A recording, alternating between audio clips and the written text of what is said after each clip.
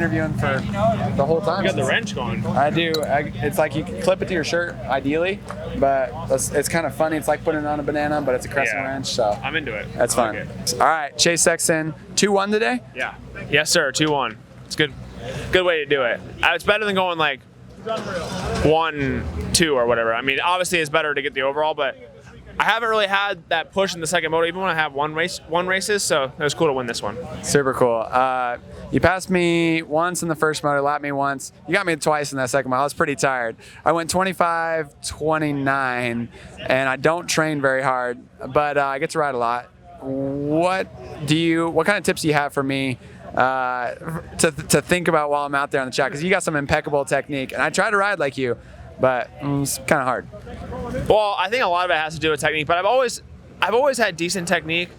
Honestly, I think a lot of it has to do with how comfortable you are on the bike, and it really comes down to preseason getting a lot of base training in, because that's when now we can kind of benefit from that. Obviously, Supercross is kind of it's endurance, but it's a little bit more sprinty. Yeah. Outdoors is obviously grueling, and to be able to recover week in, week out, you got to have that base under you, and that's what I'm kind of I'm getting the benefit of that now. I had a lot of off-season training and grueling weeks in Santa Barbara, so now I'm able to kind of enjoy that a little bit. Who's your trainer in Santa Barbara? What's his name again? Peter Park, yeah, Platinum Fitness. He's trained Kenny, he's trained Chad, he's trained a lot of high-end athletes. Trained with Lance Armstrong a lot, so I'm definitely in good company. Nice. All right, good stuff. Washougal National. I mean, what was the track like for you today? Because it was brutal for me, but my base training has been pretty low. I go to the gym. I wake up early before work.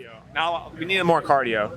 More cardio? Yeah, I need more cardio? Yeah, that's where you get the base in. You got to get the long bike rides, long runs. Yeah. It's not fun, but you got to get it in. I do love cycling. I just low on time when I'm working on articles. You're working. You got an excuse for it. I don't have an excuse. That's my job, so I kind of have to. That's true. So Washougal National, Justin Cooper said, hey, I don't want to hurt your feelings, but this track was pretty easy. What was it like? I mean, obviously 450 motos were rougher than the 250 motos. So it was pretty gnarly, but what was it like? I didn't think it was that easy, honestly. I think actually this year was rougher than I've seen this track. In years past, I mean, last year I never felt like it was that rough, but honestly, I thought the bumps got bigger this year for some reason. I don't know, because they put a little bit more wood chip or sawdust in it. Yeah. But I actually thought the bumps were pretty big for here. Obviously, not like Redbud or something like that, but it's really choppy, so it's hard to. Honestly, I think these tracks are harder to get a flow going because you're always kind of on edge, not a lot of traction, and those bumps are really like steep and short, and they're kind of like hard on your hands and your body. So I think these tracks are actually more difficult than. Not more difficult, but it's just different and something that we're not really used to. Totally, because a lot of you guys ride in Florida, sandy tracks, right? Yeah, I'm trying to get better in the sand, so I've been riding a lot of sand lately. Nice. Okay, so you got your first ever 450 national overall win here last year, right? Was it? No, that would have been my second. Second. Okay, cool. Well, second. So I mean, you've done well here. You've won the last 2 years at Washougal. But besides the racing, what's your favorite part about coming to Washougal? Scenery, for sure. I wish I could go fishing because I love fishing, and I never really. So I think is it trout fishing here or salmon? I don't know. Josh, you got any tips for us? Any fishermen around here? But I think it's salmon and trout. I think it's obviously both. It's salmon and trout. Okay. So yeah, I'm not a great trout fisherman. I think it's a little bit different. I think they fly fish a lot here. So it's something I wanted to do. I think golfing would be sweet here too as well. But I love the scenery and just the trees and stuff. This is nothing like we get to see week in, week out. Obviously, we get different places. We go all over the country, but this is a cool one with just the trees, and it was a beautiful day today, so that made it even better. Cool. All right. Have you been to Multnomah Falls? It's a big waterfall on the other side of the road. I saw a video of it, though. Where's it at? It's like maybe a 15-minute, football throw from here, but you have to drive all the way down to the Portland Bridge and then go across and then back down. So it's about, if you come from the track, it's about an hour. If you go from your hotel, it's probably 30 minutes.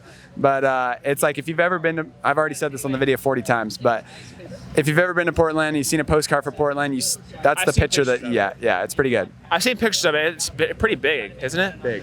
I wanted to go in the creek, but it's a little bit too cold today. And I heard that creek's pretty cold as well, so I'm not think that's a good idea for me. So, but it's cool driving up here, like just along the creek and the scenery. And do they have bears here? I think so, yeah. Bears here. We got some awesome fans hanging here and giving us local knowledge. Or just black. What about wolves? Oh, I don't like mountain lions. That's when I mountain bike in California, that is the one thing on my mind is mountain lions. So I can imagine they're probably a little bit more thick up here, and they're probably pretty healthy looking. So not really into that. No. All right. Well, that's fair. Yeah. Any animal, especially when you're out, I'm always worried about animals outdoors. So maybe this isn't my place. Yeah, that's fair. That's fair. Okay. A funny question. You got some wild sunglasses you've been wearing on the podium. And people are questioning it. They're criticizing them bad. Yeah. Well, I mean, what's your answer back to them? I think something different. I mean, everyone kind of wears the same thing. I mean, it's cool that we had the platform to go up there and put something different on there. They're obviously cycling glasses, which I don't think a lot of people understand. Like, that's what I wear when I go cycling, which is maybe not the best for the podium, but now I've got a little bit cooler ones on. I got more of the casual wear, so people haven't been ripping on them as bad. But people were sending me on Instagram or whatever, they're like really bashing these sunglasses. I'm like, I just get wearing what I'm given. Yeah. It's not really my choice. But now they're actually letting me pick, because I think everyone's they kind of got the consensus that not a lot of people were into them, but I like them. I thought they were cool. It's something different, so I don't know. I think it's cool. It's always fun to do something different. And then Motocross of Nations is coming up. Is that something you're excited for? And then you've said that you were willing to drop down to 250. Me being on the track today, getting lapped by this guy twice, I think we should keep him on the 450. Yeah, I mean, is that definitely preference, right? I would agree. I think, honestly, I was never that great on the 250 outdoors, so I think a lot of it has to do with that I'm a little bigger, and the 450 just allows me to ride how I want to and not have to override. So for me, I think the 450 is my best option to do well, and I think I can win. So I know Eli and I can win at least, so that's going to be good. And I don't know if they made a decision on the 250 guy, so yeah, I guess we'll see. It's going to be interesting. I think it's going to be guys dropping down, but who knows? Yeah. Redbud, Motocross of Nations. I mean, that's your hometown track. How far did you grow up from Redbud? About 2 hours. So that's going to be a big race for me. I mean, that national there in general is just really cool. And then that race is, I went and watched in 2018 or 19 when they had it there, and it was muddy, and there's nothing I've ever experienced before. It's crazy. So I'm looking forward to that. I want to bring back the number one for them, because it's been a while. So I think we can do it, and we're definitely capable. Awesome. Okay, and then tips for me through the whoop section, because I was struggling in the whoops today. What were you doing, and what should I do next time? Honestly, they were tough today. I think first moto, that's where Eli was catching me bad. He got me on the inside there. So I started off going triple. It was really slow. So then I went. That was the line. That was my best line through there. Was triple. Yeah, it wasn't good. It wasn't fast. So I actually ended up going. From halfway through this first moto through all the way through the second moto. I was going inside, double, triple, quad. Yeah. Oh, it was fast. Yeah. I think that was the best line. I think outside, quad, triple was fast too, but the corner was pretty big. So the inside was favorable, especially second moto. It was hard to get that second triple because it's like a flat lip. But I was kind of like manualing triple, quad out. Yeah, that's fair. Okay, fans are close here. The fences are close. That's pretty cool. And then was the track slippery, or did it have good traction?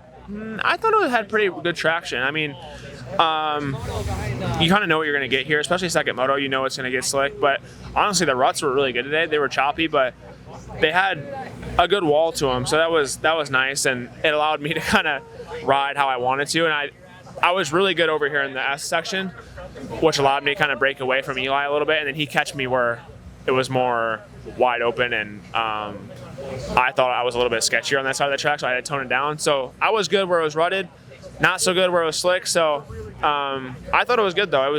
Shadows were gnarly second moto, but for me, I grew up racing night races, and I always dealt with vision problems, so it's not too bad. Super cool. All right, and then last World Supercross. I'm sure you've gotten the call, but not going. But what's your thoughts on that and the different riders that are going? Honestly, it's crazy because I don't know how familiar you guys are with PGA, and they have that Live Golf now. It's almost identical to that. These guys are throwing out money, especially the World Supercross guys, to get guys to come over and race. I don't know. It's going to be interesting. I think it's going to, I don't know. It's something different. It's something that is could be cool. But for me, I'm focused on the championships here, and that's kind of what I've grown up watching. So I'm focused on that for right now. Awesome. Congratulations. Thanks for your time. Thank you. Sweet.